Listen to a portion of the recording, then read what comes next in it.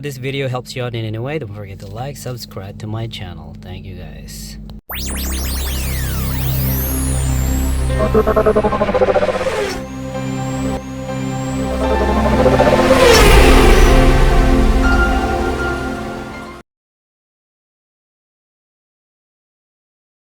Hey, what's up guys? So this is a hybrid Honda car, and this applies to all hybrid Hondas.